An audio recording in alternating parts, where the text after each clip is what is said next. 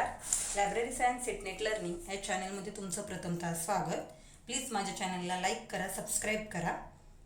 Last व्हिडिओमध्ये मी तुम्हाला November 2017 UGC net November 2017 या क्वेश्चन पेपरमधील 10 क्वेश्चन सॉल्व्ह करून दाखवले होते. या पुढील क्वेश्चन मी आज तुम्हाला या व्हिडिओमध्ये दाखवणार आहे.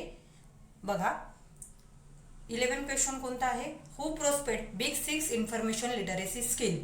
कोणी काढलेले आहे बिग 6 इन्फॉर्मेशन लिटरसी स्किल? कोणी काढलेले आहे? त्याचा आन्सर आहे 4 MB एडिनबर्ग अँड RE बुर्कोविक्स. त्याचबरोबर आता हे बिग 6 इन्फॉर्मेशन लिटरसी स्किल कोणकोणते आहे ते मी तुम्हाला आज सांगणार आहे. तुम्ही वहीमध्ये नोटबुकमध्ये नोट डाऊन करून घ्या. त्याचे जे बिग 6 इन्फॉर्मेशन लिटरसी स्किल्स आहेत ते आहेत initiation, first initiation, second selection, third exploration, 4 formulation, 5 collection and 6 presentation. पुन्हा एकदा सांगते, बिग 6 इन्फॉर्मेशन लिटरसी स्किल आहे initiation, selection, exploration, formulation, collection and presentation. त्याच्यानंतर पुढचा क्वेश्चन पहा. 12 क्वेश्चन पहा. Which of the following statement are wrong? Which of the following statements are wrong with reference to INB. तर या क्वेश्चनचा अर्थ काय होतो की रॉंग कोणते आहेत, INB विषयी काय रॉंग कोणते आहेत. तर नेमकं INB म्हणजे काय? तर INB म्हणजे इंडियन नॅशनल बिब्लिओग्राफी. तर याची सुरुवात 1958 साली झाली आणि ते काय आहे? एक मासिक आहे. तर याच्यामध्ये जे आहे त्याचा आन्सर आहे 2 आन्सर आहे आणि B आणि C म्हणजे INB विषयी B आणि C हे आन्सर काय आहे? चुकीचं आहे. हे त्याचा म्हणजे त्यावेळी याच्यामध्ये काय होऊ शकतं, तुमचं कन्फ्युजन होऊ शकतं. कारण त्यांनी काय विचारलंय, रॉंग कोणतं आहे. मग रॉंग आपल्याला रॉंग ओळखायचं आहे. कधी कधी कन्फ्युजन मध्ये आपण राईट कोणतं आहे हे करू शकतो आणि चुकीचं आपला आन्सर चुकीचं होऊ शकतो. त्याच्यामुळे क्वेश्चन प्रत्येक वेळी व्यवस्थित वाचा. त्याच्यामध्ये बघा आन्सर काय सांगितलेलं आहे, B आणि C. The first update in the 1951 म्हणजेच काय? तर तुम्हाला मी आताच सांगितलं INB चा फुल फॉर्म आहे इंडियन नॅशनल बिब्लिओग्राफी. तर त्याची सुरुवात 1957-58 साली झाली. तर इथं काय आहे 1951. त्याच्यामुळे हे चुकीचं आहे. त्याचबरोबर C मध्ये काय दिलेले आहे, classified parts follows CC but DDC numbers assign at the bottom. हे देखील चुकीचं आहे कारण INB ची रचना ही कशाप्रमाणे आहे, UDC प्रमाणे आहे. त्याचबरोबर म्हणजे याचा आन्सर कोणता आहे, B आणि C. पुन्हा एकदा क्वेश्चन वाचते. Which of the following statements are wrong with reference to INB. त्याचा आन्सर आहे B and C. First appeared in 1951 आणि classified parts follows CC but DDC numbers assign at the bottom. त्याच्यानंतर question number 13 पहा. The protection of the non personal data in transborder data flows use which of the following legal instrument. त्याचं answer आहे copyright, patent and trademark. म्हणजेच काय, A, B आणि D. Answer number 4 A, B आणि D. Answer काय आहे, copyright, patent and trademark. मग ब्रँडविड्थ काय आहे हे तुम्हाला समजलं पाहिजे. तर ब्रँडविड्थ हे काय आहे, एक इंटरनेटची कनेक्टिव्हिटी आहे. ब्रँडविड्थ काय करतो, इंटरनेटच्या इलेक्ट्रॉनिक माध्यमातून इंटरनेटद्वारे आपल्याला जास्तीत जास्त त्याची ब्रँड वाढवतो. त्यानंतर पुढचा क्वेश्चन पहा. Question number 14. From which universities SR Ranganathan was awarded delete. म्हणजेच डिलीट ही पदवी SR रंगनाथन यांना कोणत्या युनिव्हर्सिटीने दिलेली आहेत. विच म्हणजे कोणत्या युनिव्हर्सिटीने डिलीट ही पदवी SR रंगनाथन यांना दिलेली आहे. तर त्याचा आन्सर आहे युनिव्हर्सिटी ऑफ दिल्ली आणि युनिव्हर्सिटी ऑफ पीटर्सबर्ग. म्हणजेच A आणि D. याचा आन्सर आहे आन्सर नंबर 4 A आणि D. युनिव्हर्सिटी ऑफ दिल्ली आणि युनिव्हर्सिटी ऑफ पीटर्सबर्ग. तर त्याच्यामध्ये युनिव्हर्सिटी ऑफ दिल्ली यांनी या डॉक्टर SR रंगनाथन यांना 1948 साली डिलीट ही पदवी दिली होती. त्याचबरोबर युनिव्हर्सिटी ऑफ पीटर्सबर्ग या विद्यापीठाने डॉक्टर SR रंगनाथन यांना 1964 साली डिलीट ही पदवी दिली होती. क्वेश्चन नंबर 15 पहा. Information about recent floods in Bihar can be found in information about recent floods in Bihar can be found in म्हणजेच काय सांगितले रिसेंट म्हणजे काय तर न्यूज समरी म्हणजे तात्काळ ज्या काही घडामोडी होतात त्याच्या न्यूज समरी कोण कोण देतं तर त्याचा आन्सर आहे एशियन रेकॉर्डर आणि डेटा इंडिया. तर एशियन रेकॉर्डर आणि डेटा इंडिया मग याचा आन्सर काय येणार A and B. Answer number 1 A आणि बी. कोणता आन्सर आहे त्याचं एशियन रेकॉर्डर आणि डेटा इंडिया. तर डेटा इंडिया आणि एशियन रेकॉर्डर काय आहे न्यूज समरी आहे.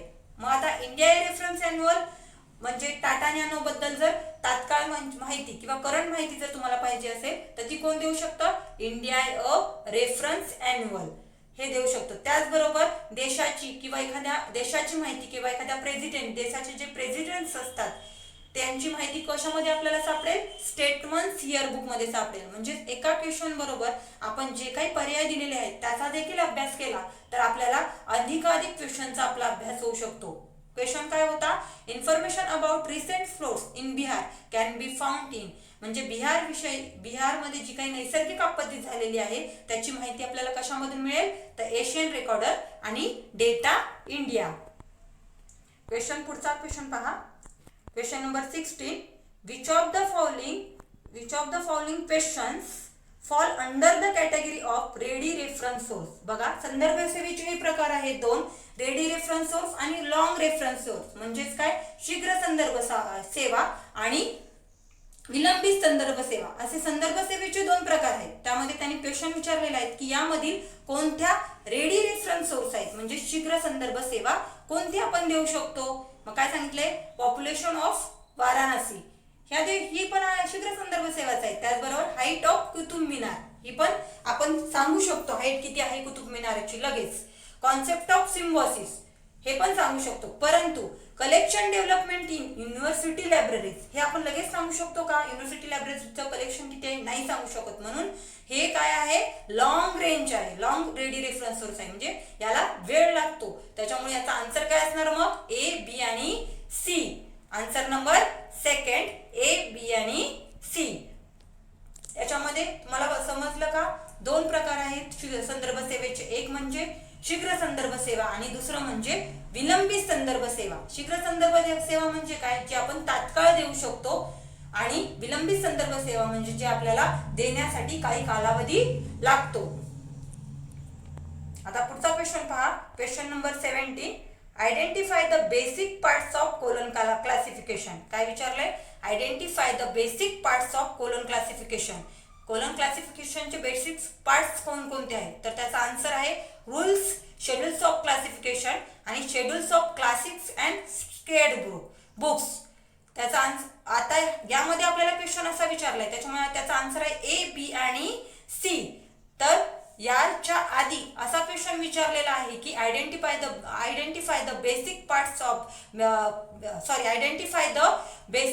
Of colon classification. मग त्याच्यामध्ये फक्त काय असेल रूल्स असेल कधी कधी काय असेल schedules of classics and sacred books असेल. मग ते तुम्हाला आयडेंटिफाय करताना लक्षात आलं पाहिजे. त्याच्यामुळे हे तुम्ही व्यवस्थित पाठ करून घ्या की बेसिक पार्ट्स कोलन क्लासिफिकेशनचे बेसिक पार्ट्स कोणते आहेत. तर पहिला आहे रूल्स, दुसरा आहे शेड्यूल्स ऑफ क्लासिफिकेशन आणि तिसरं schedules of classics and sacred books. Question number 18 identify the budget heads of non recruitment budget. त्याच्यामध्ये काय सांगितलेलं आहे की नॉन रिक्रुटमेंट बजेट म्हणजेच काय तर अनावर्ती आणि रिक्रुटमेंट याचा अर्थ काय होतो आवर्ती. याच्यामध्ये कधी कधी आपल्याला क्वेश्चनचा अर्थच कळत नाही त्याच्यामुळे आपण ते क्वेश्चन सॉल्व्ह करू शकत नाही. नॉन रिक्रुटमेंट म्हणजे अनावर्ती खर्च आणि रिक्रुटमेंट म्हणजे आवर्ती. मग याच्यामध्ये क्वेश्चन मध्ये आपल्याला विचारलेला आहे की नॉन रिक्रुटमेंट म्हणजे जो वारंवार न होणारा खर्च कोणता आहे आणि रिक्रुटमेंट म्हणजे वारंवार होणारे खर्च. त्याचा आन्सर काय आहे आन्सर आहे 3rd सी आणि डी. म्हणजेच नॉन रिक्रुटमेंट बजेट मध्ये काय येतं सी आणि डी बिल्डिंग एक्सटेन्शन आणि इन्फ्रास्ट्रक्चर डेव्हलपमेंट. म्हणजे हे काय आहे नॉन रिक्रुटमेंट बजेट मध्ये या गोष्टी येतात. Question number 19 which of the following are the non parametric text. Which of the following are non parametric test. याच्यामध्ये नॉन पॅरामेट्रिक टेस्ट कोणकोणते आहेत तर त्याचं आन्सर आहे स्पेअरमन कोरिलेशन कोएफिशिएंट आणि काय स्क्वेअर टेस्ट ह्या काय आहेत नॉन पॅरामेट्रिक टेस्ट आहेत. काय आहेत नॉन पॅरामेट्रिक टेस्ट आहेत. म्हणजे याचा आन्सर काय येणार बी आणि डी. म्हणजे आन्सर नंबर फर्स्ट बी आणि डी. स्पेअरमॅन कोरिलेशन कोएफिशिएंट अँड काय स्क्वेअर टेस्ट या काय आहेत तर नॉन पॅरामेट्रिक टेस्ट आहेत. मग अनोवा टेस्ट आणि झेड टेस्ट काय आहे तर पॅरामेट्रिक टेस्ट आहेत. मग जर नेक्स्ट टाइम जर क्वेश्चन तुम्हाला विचारला which of the following are parametric test तर ह्याचा आन्सर बदलू शकतो की अनोवा टेस्ट आणि झेड टेस्ट. त्यामुळे क्वेश्चन व्यवस्थित वाचा. अनेकदा काय होतं तुम्हाला कन्फ्युजन होतं. तुम्हाला क्वेश्चन सारखाच वाटतो आणि तुम्ही आन्सर तेच लिहितात. त्याच्यामुळे क्वेश्चन व्यवस्थित वाचा की नॉन पॅरामेट्रिक विचारलंय की पॅरामेट्रिक विचारलंय. जर पॅरामेट्रिक विचारलं त्याचा आन्सर काय येणार ANOVA test and Z test. आणि जर नॉन पॅरामेट्रिक विचारलं तर त्याचा आन्सर काय येणार स्पेअरमॅन टेस्ट अँड काय स्क्वेअर टेस्ट. त्याच्यामुळे क्वेश्चन वाचताना व्यवस्थित वाचून त्याचा आन्सर द्या. Question number 20. Which of the following are the work analysis techniques according to Edward Evans? याचा आन्सर आहे grand chat and cost effectiveness. याचा आन्सर आहे grand chat and cost effectiveness. Question number 20. Which of the following are work analysis techniques according to Edward Evans? त्याचा answer आहे grand chat and cost effectiveness. Grand chat and cost effectiveness. Which of the following are work analysis techniques according to Edward Evans? Grand chats and cost effectiveness. म्हणजे answer आहे D and B.